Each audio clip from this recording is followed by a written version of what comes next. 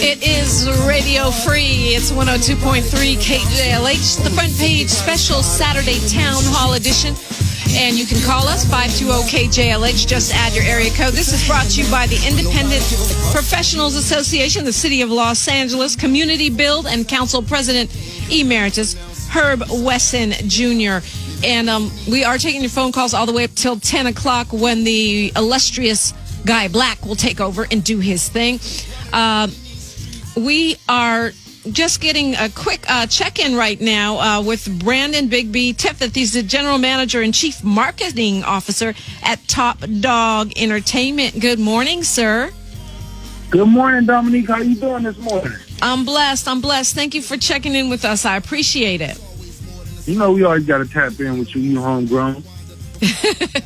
Well, you know, we've talked all day about how, you know, COVID-19 is really hitting the Black community harder, and not just health-wise and death-wise, but also economically. And I think it's so important, like what you guys are doing, and in, you know, stepping up, paying rent for folks in Jordan Downs and Imperial Courts, Nickerson Gardens. You know, that is, I think those are the things that give us hope. Those are the things that show that we're not just sitting here taking it. We're here for each other.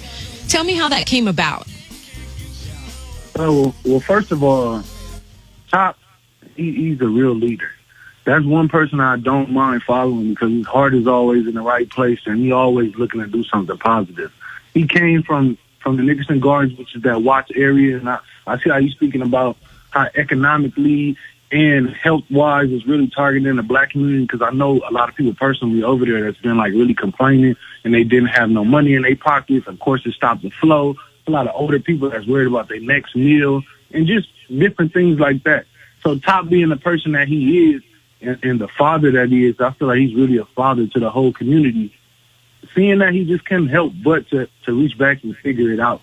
Aside from doing that and paying all these rent, it's a lot of different things that he's doing behind the scenes that nobody is seeing and nobody is speaking on. But he really honestly just seen that, and he's just a person to help when you see something negative going on. So he has to put his hand in there. I mean, can you give us a hint of what the things are behind the scenes that no one's speaking on? I mean, this is KJLH, not mainstream media. Can you give us a little hint of some of the kinds of things that are happening? I just say, whatever happens in the area and it becomes public knowledge or it gets to his ears, he definitely helps. It's about at least 50 people that passed away in the community between Compton and LA last year that he paid for funerals, bought groceries, paid their rent silently, purchased cars for people who need to get to work. And just honestly, he's one of those guys, if you reach out to him and it feels genuine, he can't help but to help. That's just his heart. Truly a king.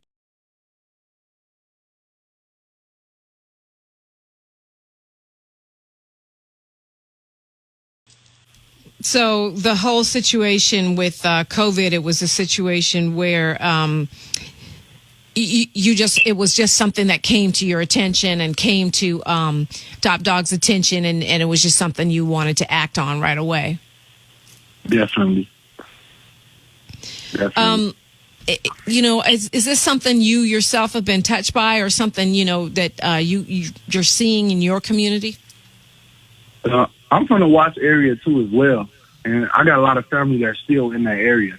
So definitely it's a lot of health issues that I've seen from some of the older people that's out there. And actually, personally, within my own family, I've had 2 people pass away due to COVID-19. So I definitely understand the crisis that we in. I understand there's a lot of people that's not taking it serious, and I also understand it's a lot of medical supplies and just testing that's not available for our community. And, that kind of just hurts my heart. But definitely over here at TD, we always looking for ways to give back. So I'm sure it's another thing that might pop up and may be a surprise to you guys, but definitely working on helping everybody. Well, I appreciate your checking in with us. I know that you got a lot going on today. Where should we keep an eye on you, or what else is happening with TDE? I mean, always follow the Dawg Entertainment Instagram page, and that's just Dawg ENT. Or go follow Top on Instagram, Andrew Kipplewile, or I'm Big BTD. All right. Well, thank you so much for checking in with us today. I really do appreciate it. Okay, I appreciate it. Thank you, Dominique. All right. 9:37 in the morning, 520-KJLH, 520-5554. That's the number to call from any area code. And we're taking your calls all the way up till 10 o'clock this morning. I want to remind you to go to KJLHradio.com. Go to our events calendar there. You will see on Fridays all of these resources listed where you can find help, whether it be, people that are helping advocate around rent, whether it be people that are offering resources like food, that kind of thing. So go to KJLHradio.com. We're constantly updating that for you. Right now, we are going to go to Fran calling us from Ladera. Good morning, Fran. Dominique, first of all, I want to thank you and KJLH for always being on the front line, letting us know what's going on. We really appreciate you guys. Secondly, I want to give a shout out to our leaders, both state and local. They have been tremendous. I have, with the all of the daily announcements, I have identified our next presidential and vice presidential combination. That's Como and Newsom. It can be Newsom and Como, but that should be the next people that lead our country. Dominique, one of the things that we were already in a crisis in terms of housing before the epidemic came out. And when they're going through trying to decide what's going to happen afterwards, they need to consider the cost of housing, both in purchasing and renting, because we were already there. And whenever they talk about homelessness, they always say that the people are either on drugs or mental ill. That's not true. There's a lot of people out there, because I'm one step from being out there, because of the cost of housing. So as they're going through, I realize right now this is a crisis that, was unexpected and unknown. A lot of the elements are unknown. But I hope that in trying to come out of this, that they will take a look at the cost of housing. And it's just ridiculous what housing costs in Los Angeles. Absolutely, I agree, Fran. And I think what Dr. Ross said and also what Dr. Melina Abdullah said makes sense, is that this is a moment of crisis. We have to seize the moment in terms of whatever possibilities there are to reset things and get new policies in place. And also, Fran, since you're saying that you're right there on the edge, of houselessness yourself, I want to make sure that you take advantage of every single opportunity that's being given for help, whether it be, the Angelino card. They're going to be opening those up again for more applications, because there's a new donation of $5 million that came in from the Embassy of Qatar. And there are still funds left in the mayor's foundation for that, or whether it be not just the stimulus funds, whether it be, the meal delivery that's available now for elders through the city of Los Angeles, whether it be, some of these rent help programs that are going, for you right now. Okay, I think we have our guest on the phone this morning. I'm pleased to have her with us as well. Lots of resources and a lot going on. Let me see where we are right here. It is Dr. Jan King, who is joining us this morning. And do we have Dr. King on the line? Yes. Excellent. Good morning. Good morning. Representing Los Angeles and a huge area, actually, within Los Angeles that encompasses South LA and much of the West Side as well. Dr. King, thank you for being with us. Well, thank you for inviting me. It's a pleasure to be here, and I applaud the work that you do in the community of keeping us informed. So thank you for doing what you do.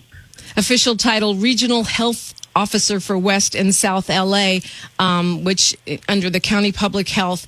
And, as you know, we're focusing on the Black impact today. We do have a lot of callers that I want to try to let people get a chance to talk to you. Dr. King, how do you see this, from where you sit? There's a lot of data.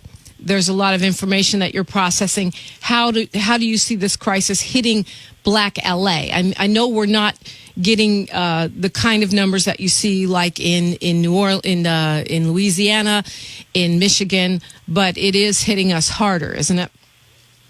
It's hitting us hard. There's some states that it's worse, but we still have our issues. So you look at our population, and there's about 9% African Americans in our population, and you would expect that 9% of our COVID deaths would be African Americans, but it's higher. It's about 15%. And so we're seeing, sometimes higher infections, but also hospitalizations and death rates. And this is consistent with some of the other things we're seeing in our populations regarding health outcomes. And it just kind of is another time to elevate the issue of inequities and disparities in health, and how policies, over the years have really impacted the health of our community. And one of the things we talk about is access. I had a caller earlier, Michael, and some others that have brought up the issue of testing access. Even the Surgeon General brought it up in terms of the fact that a lot of the testing is being done in hospitals. Now we're getting to the point where we're having wider access to that testing, right? Exactly. So, the last 3 months or 2 months feels like a year or 2 years, but, approximately 3 months ago, we were only able to do 50 tests a day here in LA County. Now we're up to 3,000, 4,000, and we're trying to push it up to 10,000 or 20,000 a day, because this is going to be critical as we move into the next phase of whether we have widespread testing. So there's, the quantity of testing is changing. The types of testing are changing, as well as the strategy. When we had so few tests, we could only test if a person was coming from China or coming from Italy and had symptoms. But now we're expanding it, as well as the second phase was if you had a chronic disease, if you were elderly and you were symptomatic, you could be tested. But now you just have to be symptomatic. And in some situations, we're actually testing asymptomatic people who don't have symptoms. That's for people that are high risk, that are like working in high risk jobs, like working at a nursing home or something like that, right? Well, initially, so things change so rapidly. It can be a day or two and things change. But so initially, it was just people who were healthcare workers because they're definitely at risk. But now it's moving toward people who are just on the front line. So people who work face to face with the public. So each day, each hour, every 6 hours, it's kind of loosening up of who can get tested. So hopefully shortly, that's going to open up to more people being able to get tested. I mean, I know I shouldn't have to say this, but just based on the information coming from the president, you shouldn't drink bleach. You shouldn't inject, Lysol. Sunlight, Lysol, and bleach are not going to make you better if you have COVID-19 or the flu or anything else, right? Yes. So there's been a lot of myths out there, and the latest one and the most scary one is about bleach. So bleach will kill coronavirus if it's on a table, a doorknob, a hand railing, et cetera. But if you drink bleach, you will have significant symptoms. Initially, you have burning in your chest. You can die. Multiple cardiac issues can happen. You can pass out. So you should not drink bleach. That is a myth, and it's a bad myth because it may kill you. There's been other myths, too, that have caused people to lose their lives as well. All right, let's go to Vicky calling us from Los Angeles. You're on with Dr. Jan King. Welcome. Hi, how you doing? Good. What I wanted to know, is there any cure for COVID-19? No. Have they found one? Yeah, so currently there is not a cure. So we would like to see a vaccine as well as medications. A lot of medications are under trial. There are lots of tests going on. Most recently, there's been talk about hydroxychloroquine, and the VA study has shown that it is not effective. Also, there was a combination of hydroxychloroquine and azithromycin, which is a medication we use for pneumonia. And those two medications together were not effective, but also caused an increase in cardiac death. So currently, hopefully in the next several months, we may find another medication that can cure it. But at this point, we're just left to supportive measures, and that's why we really emphasize social distance, well, actually physical distancing, not social distancing, hand washing, and staying at home, especially if you do have a chronic illness or you're elderly. So right now the protocol is if you're feeling sick, whether it's the flu or you think you might have coronavirus, the protocol is to stay at home and self-isolate, right? Unless you're having really, you want to get tested, but unless you're having really serious symptoms, they're not going to admit you to a hospital anyway right now because there's no cure, correct? Correct. So it's key, as you mentioned, that if you are sick, you want to stay home, but at the same time, you want to make sure you're isolating from people in your home. So hopefully you can use a separate room, or you don't congregate in the TV room or in the kitchen, that people bring you your food. So it's all about prevention at this point in time so that we slow and we stop the spread of this disease until we actually have therapeutics. I mean, at least we have testing now, so the next phase would be therapeutic medications to cure it, and then a vaccine to prevent it. All right, let's go to El Nubian from L.A. Good morning, El Nubian. You're on with Dr. Jan King. Hey, sisters, how you guys doing? You know, I live downtown in a large homeless cluster, and they cluster under like 5 streets under the 110 freeway. And, you know, they live on top of each other. I've noticed in the last 2 months, maybe... talk about social distancing, maybe like 2 under each underpass, to where you couldn't walk on the sidewalks to go under here. Okay, give me the short version. Give me the short version, please. But they have wash centers. I just saw another wash center, and they have a trailer down here where people can shower. All right. Right. And also 200 ventilators for the whole continent of Africa, and 10 African countries do not have ventilators at all. Yeah, I don't know if you can speak to that, Dr. King, the fact that we don't see ventilators in Africa and some other countries as well, some other, Africa's a continent, not a country, but throughout Africa. Right, and as well as South America. And so if you have any of the information from some of these countries, some of them have shut down so quickly after they had their first case or even before, because they knew they didn't have these resources. So they knew that the only way to get through this epidemic was really by prevention, and that's that physical distancing, hand washing, et cetera. It's a huge problem, as well as it's a problem, you know, not having infrastructure for not only COVID, but Ebola, heart disease, diabetes, and everything else. So, yeah, it's a true problem. And we need to support other countries who have less resources than ours. All right. Go ahead, Dr. King. No, just about the homeless. So there are concerted efforts to house people right now, and as well as to encourage people to physically isolate or distance within homeless encampments right now. All right, we're going to go to Felicia calling from Ladera. Good morning, Felicia. Good morning. I want to know how many people who test negative can test again later on, and how often? That's the first question. And the second is, how many, if a person tests positive and have no symptoms, when can they test again? Okay, thank you. Talking about retesting, and it is really relevant considering that we're getting false positives, and then we're finding people that tested negative that end up getting sick. Yeah, so there's lots of different types of tests. So right now it's the PCR test. That's a nasal swab that you guys are seeing people sticking a swab in people's nose. And if it's negative, that's what you are right now. You can I can take a test tomorrow and I might be negative or I might be positive. So you can test and test and test. We don't have availability of tests for everyone to take a test every day to determine whether they're currently infected. And then regarding people who are positive, what we're doing is people who actually are ill, we wait until they've been symptom-free for at least 3 days after fever, and then retest. And then if we need to, we can retest them 2 days after the initial test if they're still positive. We got to take a break right here. Dr. Jan King, can you stay with us to the other side of the break? Take a couple more questions? Sure.